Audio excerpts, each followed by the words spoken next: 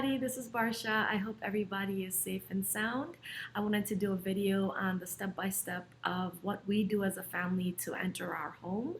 Um, so step one, we have decided as a family that we felt that it was the safest for my husband to take all three kids, which is the worst part ever, go down to our basement and go to our car and for him to drop me off to work and to pick me up.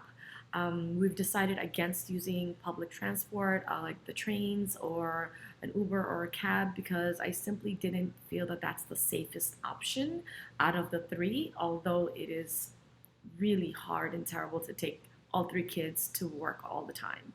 Um, but if you must use a train, which I did about a month and a half ago, I would suggest just take up one hand, use a glove, and just hold a pole and just stand there as far as away as you can from people. And you're gonna have your mask on, right? Don't touch your phone, don't touch anything, don't sit down. Just hold that pole and stand as far as away as you can. And once you get to work, take that glove off properly and wash your hands with soap and water. That way, no part of you touched anything, the seats, and you didn't touch your phone. And I think that's the safest on the train. Number two, if you're going to use a cab or an Uber, obviously you have your mask on and your cab driver has your mask on. If you have enough, maybe use a disinfectant spray and spray inside the cab. Obviously, you're going to have to ask his permission. That's his car. But I don't see any reason why he would say no, considering that would help keep both of you guys safe. And definitely no Uber pool. Those are the two advice I would give if you want to use the trains, buses, or a cab. We've weighed out all three options for our family and we've decided the safest was for him to drop me off. The safest would be if I knew how to drive so that I don't expose any of them and I drove myself to work. So coronavirus lesson learned, going forward, that's the first thing I'm going to make sure I do. So second, again, you need to be conservative with this. My husband, he wears a mask in the morning. He takes a disinfectant spray and he sprays the hallway and the elevator and then comes back inside before we all step out. I feel like in New York City, everything is pretty much available, probably because we have so many stores. But the one thing I do have difficulty finding is disinfectant sprays, so I would use that just as limited as possible. The second step is we have three bins outside of our house. One bin has my husband's shoes, the one shoe that he uses to go outside, and his scrubs, the only clothing he uses to go outside. Second bin is the one shoe that I use to go outside, the one scrub that I use to go outside. And the third bin has the kids' shoes. So we take our scrubs, our shoes, we wear them inside our hallway, and then we step outside to get to our car. The next is obviously all the kids and us, we have masks on.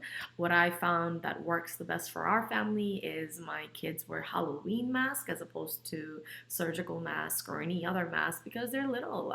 It was hard to get them to keep it on. And as my kids are very little, like they're 5 years old, 3.5 years old, and a year and a half. So, making them wear Halloween masks, they get very excited, they keep it on, and we successfully get to our car. It makes me kind of sad that I do have to train them to not touch anything, to make sure you hold hands, but that's life, right? You gotta do what you need to do to protect your babies. So I have successfully trained them to do that. They don't touch anything, and I usually hold Aiden, my littlest one, because if any of the three, he's the one that may touch something. And if he does, I make sure I sanitize his hands right when we get to the car.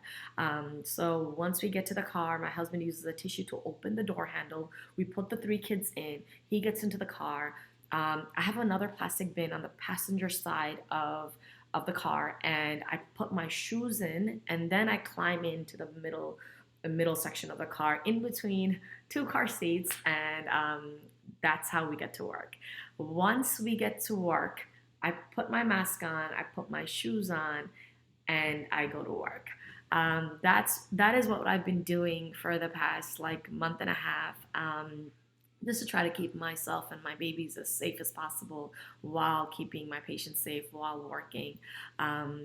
And the last step that I did want to say, I don't think it's necessary for everybody. I do think it's just an extra step, but the reason that I took this extra step is this is what made me feel the safest. So I ordered like two of those biohazard bunny suits. Like I bought it like a month and a half ago, and it just came in, and shoe covers. And so now my routine has changed because those finally came in. So what I do is when they are dropping me off to work, I wear my biohazard suit, and then I go to work. I clean my whole pharmacy station.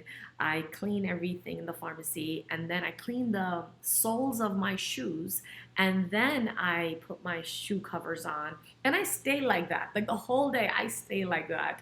Um, and I don't eat anything. I don't drink anything. If I have to drink, I step outside the pharmacy. I take my mask off, and I like chug water as much as I can, just so I don't have to keep doing this back and forth. And then I go back to work. I work like this all day. And then when my husband comes to pick me up, I open the door handle with a tissue, and I put it in like a little plastic bag of garbage that I have. Please don't throw it outside. And then I take off my biohazard suit. I put it in a plastic bag. I tie it. I put it in that plastic bin on the passenger side of the floor. Then I take off my shoe cover, put it in my plastic garbage bag. I put my shoes in the bin, and then I go into the middle seat in between two car seats. And the reason that I took this extra step is because normally when I just have the scrubs on, and the second I would sit in between two babies, right away the routine is this baby holds this hand, this baby holds this hand, and they're kissing my hand, they're touching my scrubs, they're just all over me, they're babies, right? And I remember as a mom, I just felt so uncomfortable. Like, I'm trying to be so safe for you guys, and you're touching me. You're like, if I take my hand away for 1 second, they're crying to hold me again. Like, I'm just very touchy-feely with my babies, and they're babies, right? They want mom's hand, mom's touch. And I didn't feel comfortable that they're touching me constantly and then sucking their thumb. And I kept thinking about what can I do to keep them safe? What can I do? And I thought of the biohazard suits, because now at least that biohazard suit is tied up and put in the bin. I go sit in between them, and okay, fine, touch me as much as you want, because at least my scrubs were under another layer, right? I felt that was the safest, because before that I was constantly desanitizing their hands, and then what? They're sucking their hands again. So I didn't feel safe with that either. And then with the shoe cover, same thing. I felt like I was bringing all of that home. We live in New York City. Most of us don't own homes. If I had my own private home, whether it's in New York City or in another state, I could get naked in my backyard. I can put all that contaminated clothing in a bin and step into my home, right? We can't do that here. I can't get naked in my hallway. So now what do? Now once we come into the home, we take the scrubs off, we take the shoes off right away, and we put it in our bin in the hallway, and wash the kids' hands right away. Then we all take a shower. We make sure we shampoo our hair, any exposed areas, and make sure you take a thorough shower. And then the final step is I decontaminate any surfaces I may have touched while I was washing my hands, like the top of the faucet, the top of the soap dispenser, maybe light bulb switches, anything and everything I can think of. So that's what we do. It is very tedious. It's hard. I'm not gonna lie, it's hard, but it becomes a routine. And there are days sometimes I'm just like, is this life? Like, how is this happening? Like, I'm doing so much to make sure that I'm here for my babies, right? I need to be there for them. They're very little. Like, I want to be here to parent them.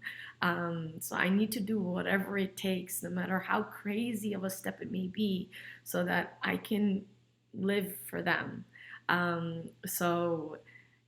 Sometimes, as much as overwhelming as it may feel, you need to get yourself out of that funk, out of that depression, and be like, well, you know what? This is life.